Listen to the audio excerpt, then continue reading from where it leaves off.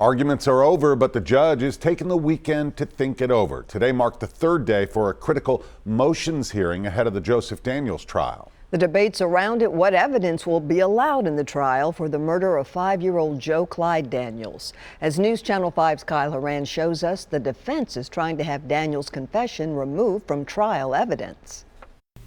All right, now that we have the defendant back with us, what are you doing, Mr. Mitchell? The motion hearing for Joseph Daniels had its third day today. In it, a key piece of evidence for the prosecution was debated. Have you reviewed the interrogation in Mr. Daniels' case? Yes, I have. Whether or not Daniels' confession of killing his young son, Joe Clyde, should be heard in the trial in just a few weeks' time. They claim there's a lot of additional evidence supporting the conclusion that he committed the crime. The defense brought in Dr. Richard Offsheet, an expert in sociology and police interrogation. He looked over the transcripts of one of the interviews with Daniels between him and 2 TBI agents. What it shows is Daniels initially denying he had anything to do with Joe Clyde's disappearance. But after repeated questioning, he starts to crack, and eventually agents get their confession. It is my opinion to a reasonable degree of social psychological certainty. Dr. Offsheet says it was coerced. The interrogation to which Joseph Daniels was subjected by TBI agents Boyd and Faulkner on April 6, 2018 was psychologically coercive,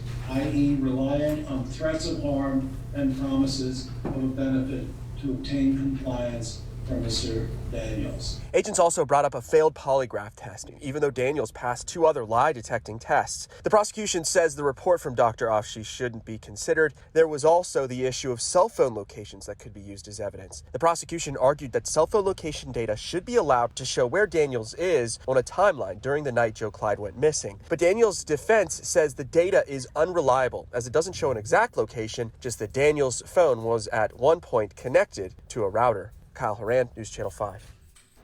The judge says he will make his decision on whether or not to suppress Daniels' confession by next Friday. In the 3 years since Joe Clyde vanished, a lot has happened, but we still have more questions than answers. While investigators believe the little boy is no longer alive, a body has never been found. Meanwhile, as we inch closer to Joseph Daniels' trial date, a gag order is back in effect in the case.